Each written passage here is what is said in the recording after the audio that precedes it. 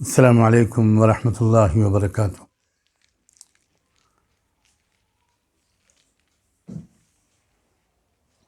کئی دن سے لگاتار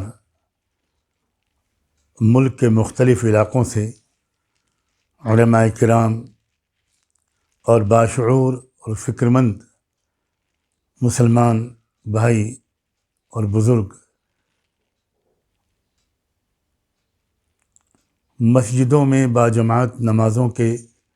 نظام کے بارے میں موجودہ حالات کے تناظر میں مجھ سے دریافت کرتے رہے، لیکن میں کسی نتیجے تک اس لیے نہیں پہنچ پا رہا تھا کہ میں فقہ و افتاء کا ماہر بالکل نہیں ہوں۔ میں منتظر تھا کہ اس بارے میں ملک کے جو مقتدر اور معتبر اصحاب افتاء ہیں اور ہمارے علماء میں وہ حضرات جن کی فقہ پر گہری نظر ہوتی ہے، ان کی رائے سامنے آ جائے۔ اب جب کہ ان کی رائے سامنے آ چکی ہے اور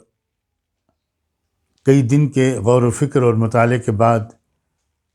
مجھے بھی شرح صدر ہوا ہے، تو میں اب یہ عرض کرنا چاہتا ہوں، بلکہ اپنی طرف سے کچھ عرض کرنے کے بجائے یہ بات کہنا زیادہ مناسب سمجھتا ہوں کہ میری معلومات کے مطابق سب سے پہلے ہمارے ملک کے ممتاز علماء اور اہل افتاء میں اس بارے میں مفتی عزیز الرحمن صاحب، مفتی اعظم مہاراشٹر، جو یقیناً اس وقت صف اول کے اہل افتاء میں جن کا شمار کیا جاتا ہے، انہوں نے اس سلسلے میں ممبئی شہر کے ایک ممتاز دانشور، عالم دین اور ملی رہنما ہمارے محترم دوست مولانا حکیم محمود دریابادی کے استفسار پر ایک تفصیلی جواب تحریری طور پر اور زبانی طور پر عنایت فرمایا، اور بعد میں اس فتوے کی، اس جواب کی تائید بمبئی کے اور غالباً گجرات کے کچھ مشاہیر اہل فتویٰ نے بھی کی۔ اس فتوے کا خلاصہ یہ ہے کہ مسجدوں میں اذان وقت کی پابندی کے ساتھ ہوتی رہے، اور جن مسجدوں میں امام، مؤذن اور خادم وغیرہ حضرات مقیم رہتے ہیں، یہ لوگ حسب معمول نماز باجماعت کا اہتمام جاری رکھیں، اور باقی سب حضرات محلے کے لوگ، مسجد کے 5 وقتہ نمازی، وہ اپنے اپنے گھروں میں نمازیں ادا کریں،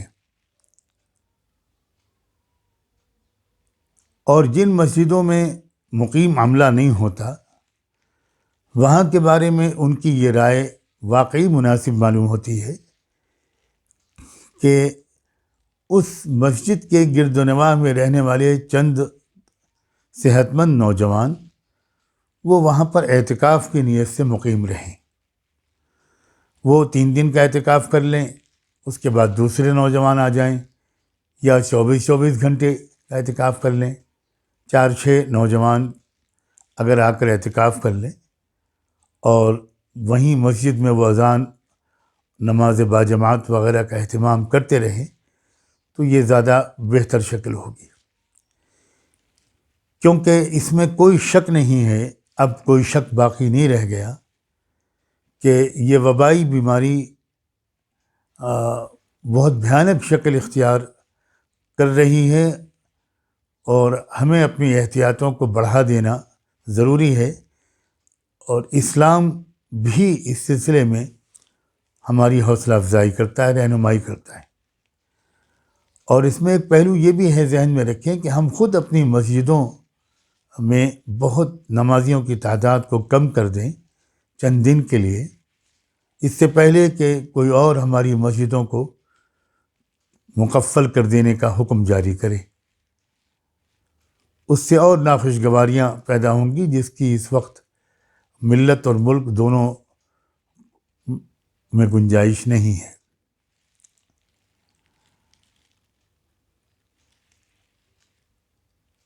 ایک بات اور یہ بھی ذہن میں رکھیں کہ جو لوگ واقعی مسجدوں میں نماز کے پابند ہیں اور جن کے دلوں میں کچھ درد ہے، وہ جب اپنے گھروں میں نماز پڑھیں گے اذان کی آواز سننے کے باوجود، تو امید ہے کہ ان کا دل ٹوٹے گا، ان کا احساس بڑھے گا، غم تازہ ہوگا، دعاؤں میں شاید مزید طاقت بڑھ جائے، ان کے دل میں تڑپ پیدا ہو کہ اللہ جلدی وہ حالات بدلے کہ ہم پھر بھاگ بھاگ کر آپ کے گھروں میں حاضری دیا کریں۔ تو انشاءاللہ اس دعاؤں سے ان متاثر اور حساس اور شکستہ دلوں سے نکلنے والی صداؤں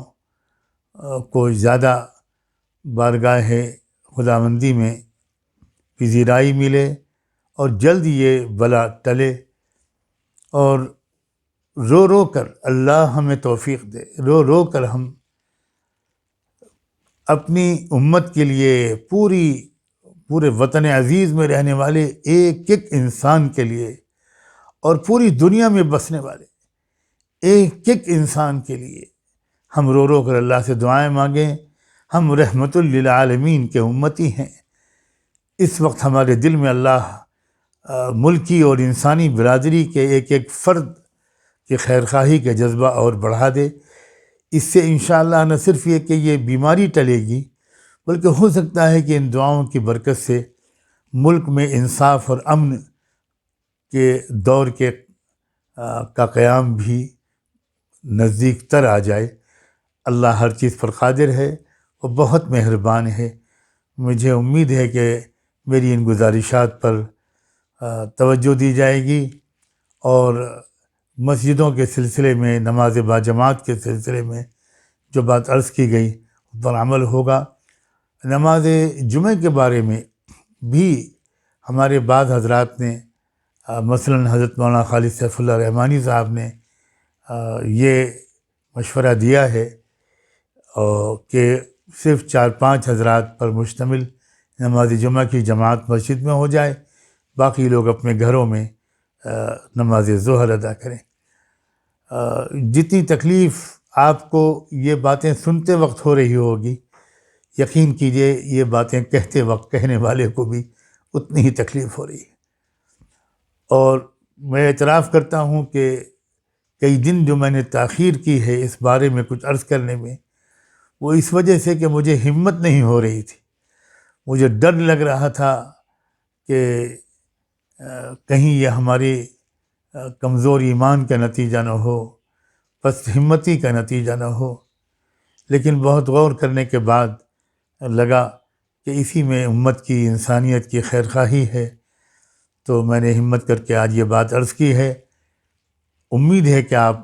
اس پر توجہ فرمائیں گے۔ اور میں یہ بات تو پہلے بھی کہہ چکا ہوں کہ ان دعاؤں کے اہتمام کے ساتھ احتیاطی تدبیریں جو بتائی جا رہی ہیں وہ ضرور بتائیں، ضرور اس کو استعمال کریں۔ خوشی ہے کہ مسلمان تو اللہ کا شکر ہے جو نماز کا پابند ہے، وہ دن میں کئی بار وضو کرتا ہے۔ وضو اور اہتمام سے کریں، تمام سنتوں کے اہتمام کے ساتھ وضو کریں گے تو آپ کی ناک بھی صاف ہوگی، آپ کا حلق بھی صاف ہوگا، آپ کا منہ بھی صاف ہوگا، آپ کے ہاتھ بھی اور زیادہ صاف ہوں گے، تو اور زیادہ آپ انشاءاللہ محفوظ رہیں گے۔ تو احتیاطی تدبیریں جو بتائی جا رہی ہیں، ایک بڑی آسان تدبیر بتا رہے ہیں ڈاکٹر حضرات کہ دن میں کئی بار گرم پانی پیا کریں۔ کتنی آسان ترکیب ہے۔ کہا جاتا ہے کہ یہ جو وائرس ہے یہ حلق میں جا کر پہلے رکتا ہے۔ دیکھیے اللہ کا انتظام، یہ سیدھے اندر پھیپھڑوں میں نہیں جاتا، یہ پہلے حلق میں جا کر رکتا ہے، اور ضرور رکتا ہے، اور کئی دن رکتا ہے۔ اگر یہ پانی پیا جاتا رہے گا تو ڈاکٹر حضرات کے کہنے کے مطابق یہ وائرس پھر یہ ہمارے سانس لینے کے نالی کے ذریعے پھیپھڑے میں جانے کے بجائے یہ حلق سے اتر کر معدے میں چلا جائے گا، اور معدے میں جو ایسڈ تیار ہوتا ہے گیسٹرک،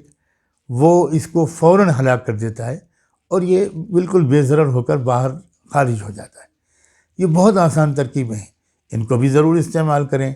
اور دعا کا اہتمام کریں۔ میں ایک بار پھر یاد دلا دوں،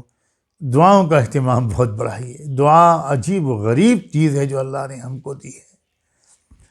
اللہ تعالیٰ اپنے کیے ہوئے فیصلوں کو بھی دعا کی وجہ سے بدل دیتا ہے۔ ذرا غور تو فرمائیے، کیا طاقت ہے دعا میں۔ ہمیں اعتراف کرنا چاہیے کہ ہم نے اللہ کی دی ہوئی اس نعمت کی قدر نہیں کی۔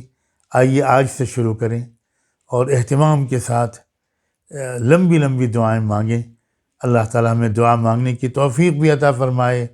اور ہر دعا کو قبول بھی فرمائے۔ جزاکم اللہ وبارک فیکم۔ السلام علیکم ورحمۃ اللہ وبرکاتہ۔